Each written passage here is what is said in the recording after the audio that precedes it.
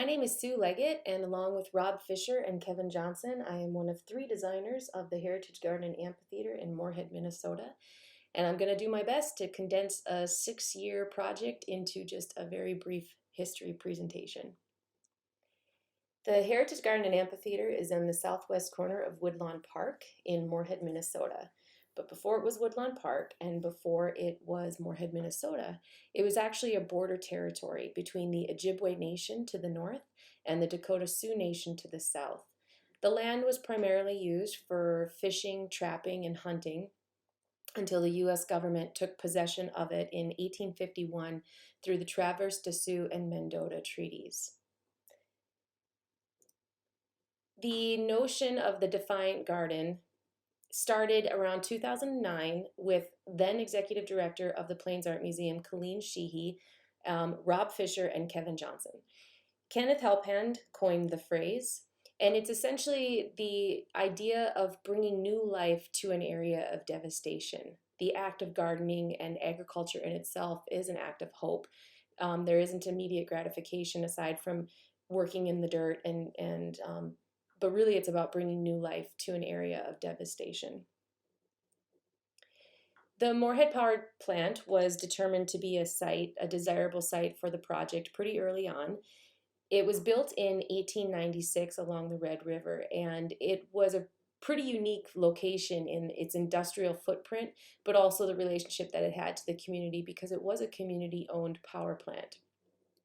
It was determined to be demolished in the near future, so around 2012, but the main attraction aesthetically for Rob and Kevin were these concrete footprints that were there, as well as some of the physical elements that were inside. After I came on board, I loved the idea of the cooling towers, which are on the east side of what is now Woodlawn Drive, the power plant being on the west side. And the fun fact is there were these ponds near the cooling towers, and in the summertime, Moorhead residents would come and soak their feet in the waters of these ponds. In 2012, I was brought on board with the project. At the same time, the Plains Art Museum had to work with the City of Moorhead and Moorhead Public Service to relocate the garden because ground contaminants were found at the power plant site, which was in direct conflict with some of the regulations in the NEA grant that they had appropriated for this particular project. We were very lucky that they just moved across the street, but we had to leave the concrete footings of the power plant and figure out ways that we could still recognize the history of the site, even though the physical elements weren't going to be available to the new garden location. The interior of the power plant served as great inspiration for us simply because of its aesthetic beauty.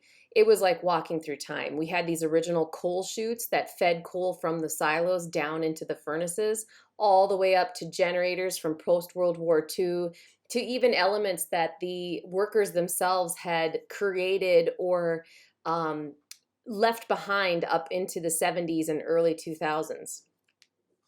I was brought on board as a local community engagement artist because of some work I had previously done with the Plains Art Museum, but also projects I had done at the power plant and with Moorhead Public Service over the years. In particular, I was a photography instructor, and my students would go there on field trips, and we would host exhibitions and project the images that they took onto the side of the building like a drive-up movie theater.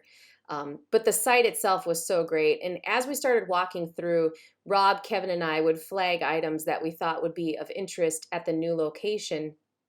But Rob and Kevin, coming from a sculptural background, really looked at the various elements and had this idea of creating sculptural features at the new garden site. And this was something that carried over from their original intentions with the concrete footings from the power plant itself. Demolition of the power plant began in 2014, and it was pretty quick that we realized that a lot of the features that we had flagged from the power plant were not going to be available for use in the final heritage garden. As the power plant was being demolished, new elements were being revealed, but various elements we had flagged were physically altered as they were removed from the power plant.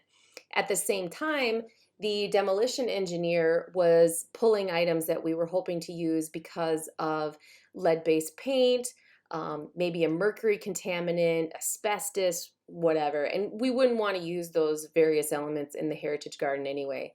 The flip side of that was that as elements were being pulled, they may not have been interest to us before, but while they were being removed during the demolition process, they were physically altered, and the new versions of them became of interest to us. The power plant demolition took quite a bit of time, and they actually ended up having to dig almost all the way down to bedrock, at least 40, 50 feet down into the ground to remove all of the elements and all of the various layers of the power plant that we previously didn't even know were there.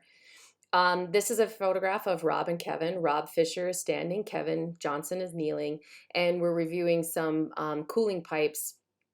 I have no idea what they were exactly used for, to see if they could be determined in used in as some of the sculptural elements in the final heritage garden. This is a grate that actually was used. It's curving over one of the top of the berms at the final site, and I believe there's a variety of sedum type plants planted within those grate holes. So when we got to the new location, it was essentially a field of grass. And in the first photograph, you can actually see the power plant being demolished in the background. There was a small shed on the site, and this was a structure that covered the wellheads that were used for pumping water through the cooling towers. In front of that, just to the east of that, were the footings for those ponds that you saw earlier in the photographs. And we basically spent a lot of time at the site just sort of getting to know it. We had picnics. We tried to see if we could hear the river from there, listened to the birds, looked at the trees, and figured out what was physically there that we needed to keep and what we needed to get rid of. There were a couple of trees that were being killed out by some invasive vine species. And so we knew we had to clear those out. But for the most part, we kept pretty much a lot of the trees and some of the other elements that were at the site already.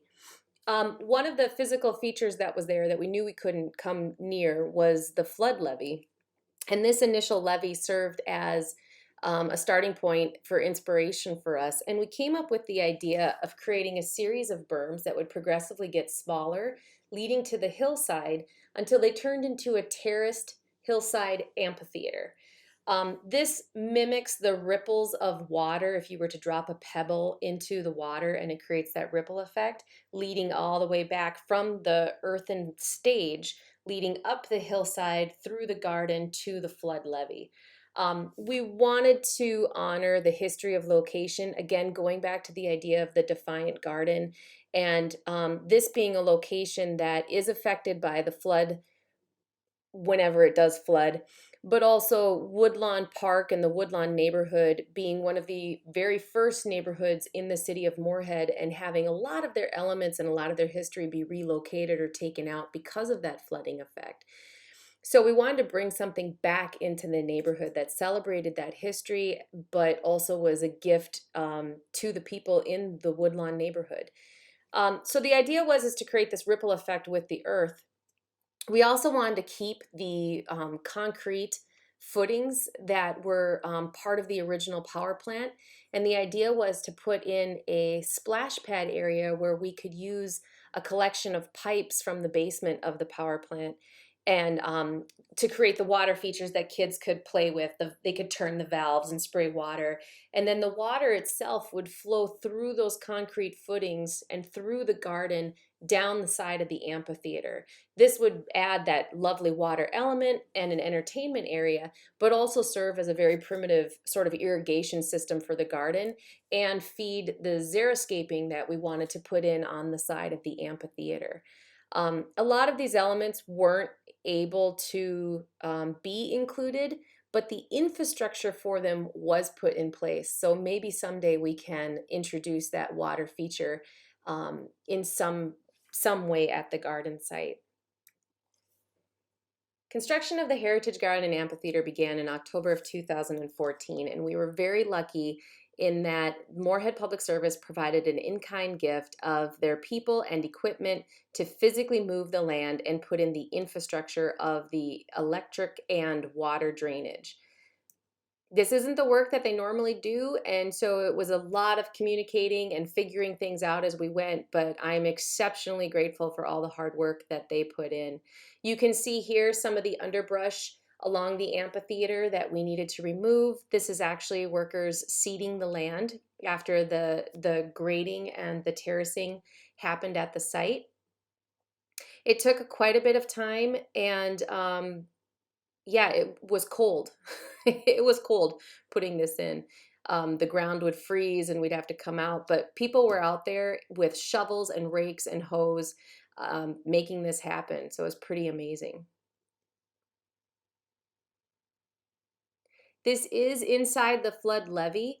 So one of the ideas we had while we were designing it is that knowing Woodlawn Park is one of the lower areas of Moorhead and it would fill with water, there was the idea that we could have potentially performances there reflecting in the flood waters as well, and people sitting in the amphitheater. But the top of the hillside still is inside the flood levee, but at the same time, if the waters get up that high to hurt the electrical elements or the perennial plants, there are going to be bigger issues to worry about in the Fargo Moorhead area. So we're pretty happy with how everything was elevated, like the electrical elements were high up to protect them and we wouldn't have to replace them. One of the big contributions from the community to the location was the collection of audio stories, which you can hear and read at the Plains Art Museum website, but also the perennials that were placed at the various locations. All of these were collected from the neighbors at the Woodlawn neighborhood or at the yards of the homes that had